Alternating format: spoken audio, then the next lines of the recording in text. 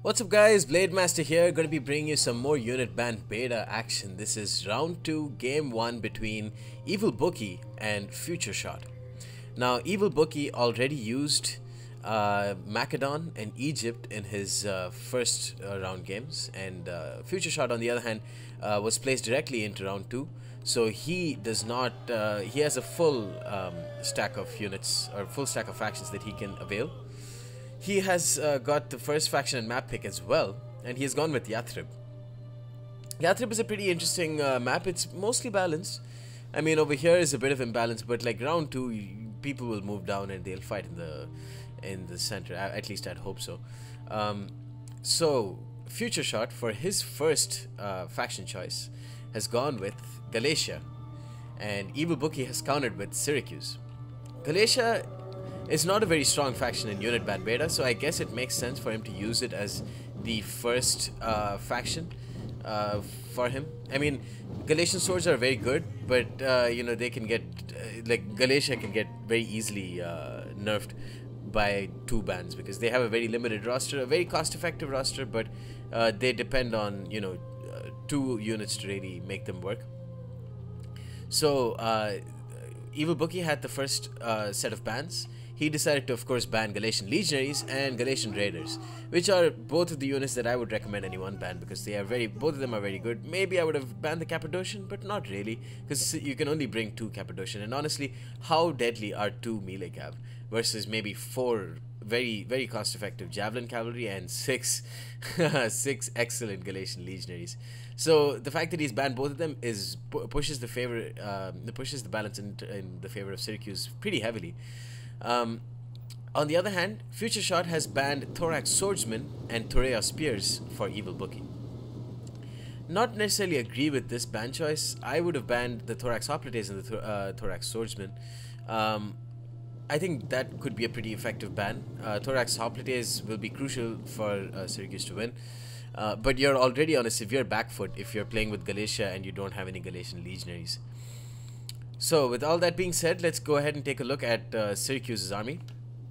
It looks like he's brought a total of 3 Samnite Warriors who are actually better units than the Thorax Swordsman, and they're going to make up his melee infantry line.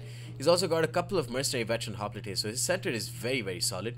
Mercenary Veteran Hoplites are very, very strong spear units. Can destroy anything in their path if you remove formation attack and then turn on Hoplite phalanx.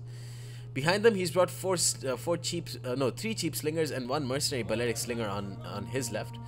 On the flanks, he's got 1 hoplite and 1 light hoplite with 1 citizen cav and 1 mercenary Italian cav and a Tarentine cav. Very diverse, nice left flank. I like it. Pretty much self-sufficient.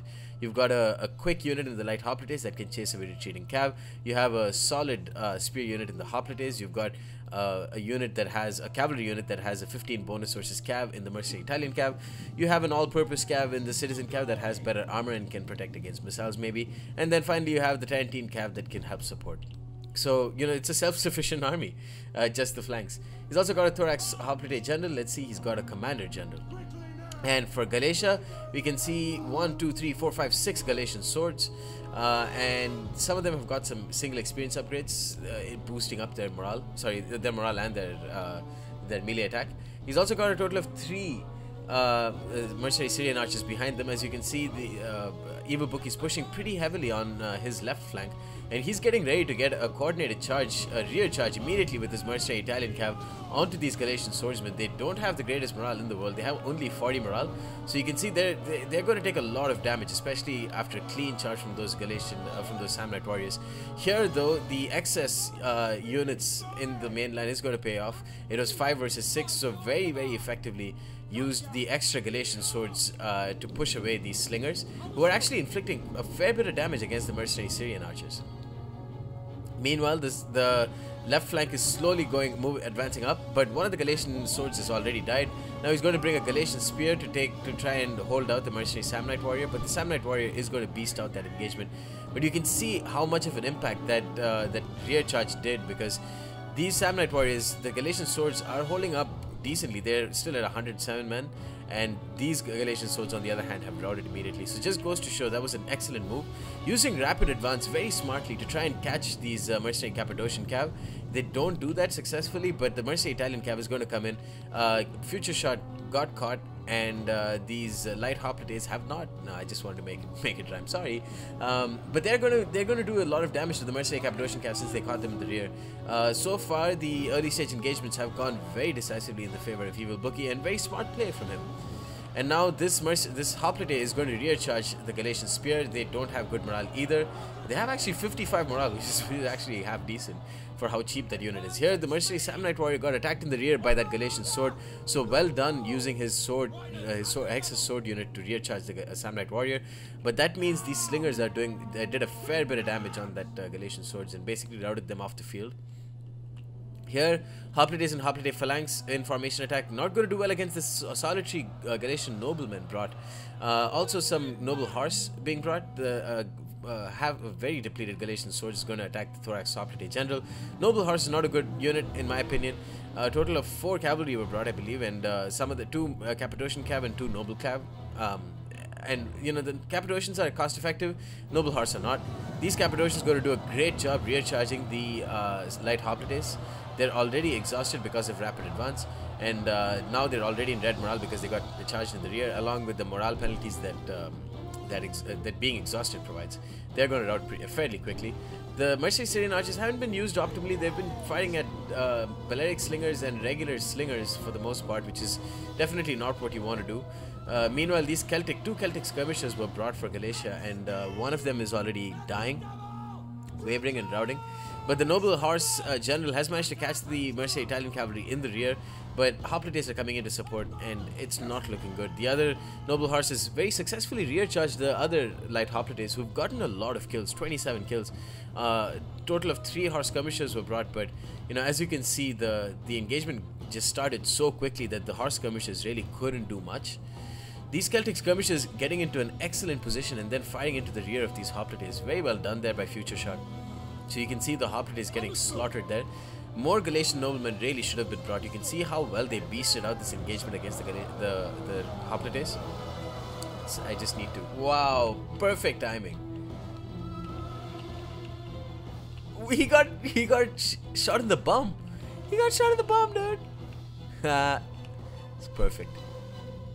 So perfect. Hold on, sorry, I'm so sorry. Let's go back and then N. Yeah. F12. Okay. Sorry. Yeah. So the Celtic skirmishers did a great job there, but it's always a risk bringing them, and you can see that meant that he wasn't able to bring because of the actually I admired the diversity brought by this by the Galatian army, but it just wasn't cost effective enough. I think a couple of minor changes could have really helped it out by bringing maybe some more Galatian noblemen, fewer noble horse.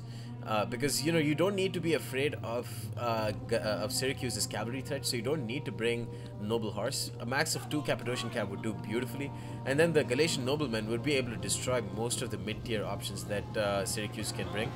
These Galatian noblemen finally get a last-second charge and get a good number of kills on these mercenary Samnite warriors. They are very decent units.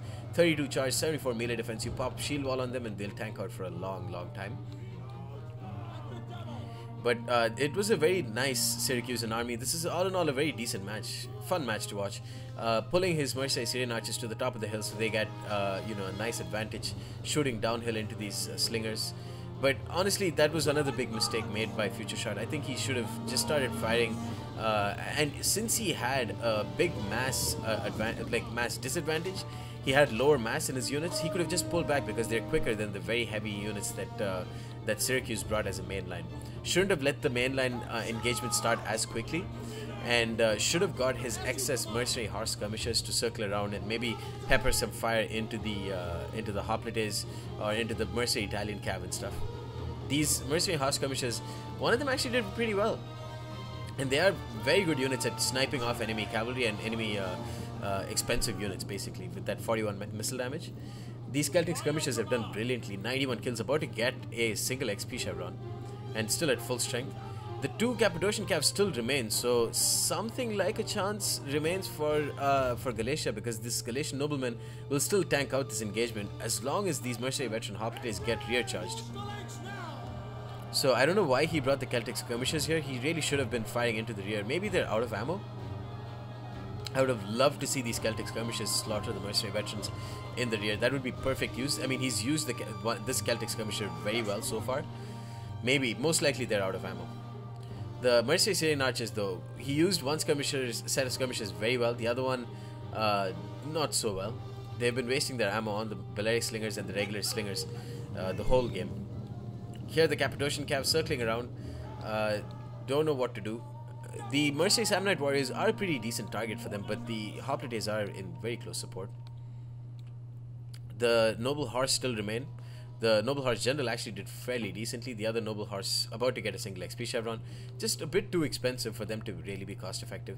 If the mercenary horse skirmishers have ammo at this point, they would be critical, because some rear shots onto mercenary veterans, or onto either of these mercenary veterans, and they would do brilliantly. But you can see the shield wall bug glitching out over here. These guys are getting attacked from all directions, and then they just choose to absorb the view, I guess. And here Cappadocian Cav going to charge into mercenary veteran hoplites. They are very strong units, very tanky, so it's going to take multiple charges for the Cappadocian Cav to really make themselves worth it. Beautiful charge here from the noble horse and catching the Tarentine Cav there, but the Tarentine Cav is going to get a lot of kills by pulling out, and since they're medium versus very heavy melee Cav, they can easily outrun them. And the horse skirmisher has died, or has routed. Tarentine Cav here is going to pull out successfully, I would think. They're fresh, whereas these guys are very tired, but somehow they've been caught. He hasn't issued attack orders enough, and that means these Tarentine Cav are basically wasted. All in all, it's turning out to be a surprisingly very close match. The Galatian nobleman, though, needs to be supported as soon as possible. The Thorax hoplites, he should be charging in and pulling out with his Cappadocian Cav, because the Cappadocian Cav are only really going to work if this Galatian nobleman still remains in the battle. For their part, very, very well done. 174 kills. Imagine if we brought 3 or 4 of them, they would actually do pretty well, I think. Tarentine Cav here getting slaughtered, 33 men left. The noble Cav doing pretty decently in killing them off there. But I don't know why he's doing this. It's pretty strange tactics from Future Shot. Celtic skirmishers still haven't got that elusive single XP chevron, because they're just absolutely pathetic in melee. But they're still going to hold up the mercenary veteran hoplites, keep putting that the attack in the rear penalty on one of them at least, I would think. No, it's just flanks, I guess. These guys are steady. These guys are steady as well, but the Thorax hoplite commander general can really make his presence felt by getting some rally and blah blah blah. But good job using the mercenary Balearic slingers to their full effect, rear shooting the Celtic skirmishers and just putting them out of their misery. And he's also going to get some rear shots on the Galatian noblemen, who are now shaken. All in all, very good use. I've really enjoyed this match. It's a rather slow match, not a very hectic match, but it's good. I like it. Diverse armies, good tactics from both players. Mercenary Cappadocian Cav dying, got a good charge in, but just a bit too late. And it's not coordinated. The noble horse general should have been charging into this direction as well, because the Galatian nobleman is about to rout any second now, and the Cappadocians have routed. Of course, Thorax hoplite is coming into support. They're going to do a lot of damage.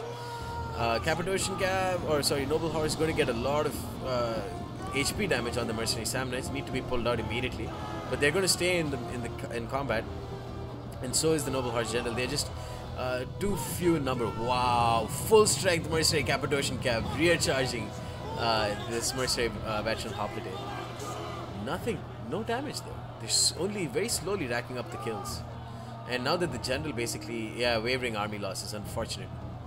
Well done to Future Shot, well done to Evilbookie. Very fun first game. Costly victory to Evilbookie. And despite a rather, not optimal Galatian build, Future Shot, played pretty admirably here. You can see one of his mercenary horse skirmishers did pretty well. The other two didn't really. Mercenary Syrian archers were a big letdown here. That's good choice bringing these slingers, because they made a hassle for these mercenary Syrian archers, because Syrian archers are good. They're very tanky, but you know, against 4 slingers just targeting 1, they're gonna have a hard time. So he was forced to try and whittle down the enemy slingers. But that said, I would still have tried to, you know, do something else with the mercenary Syrian archers. Maybe target some of the Italian cav, or maybe some of the light hoplites. Getting some heavy shot on the mercenary Samnite warriors while the main line pulls back would have been pretty effective, I think. You can see some of the Samnite warriors and the hoplites, just the general tankiness of a Syracusan army allowed them to win this game. And good use of the Thorax hoplite general, keeping him, you know, safe for the entirety of the match, and then using him in late game to just, you know, finish off the Galatian army. Great first game, and I'll see you guys for game 2. Peace.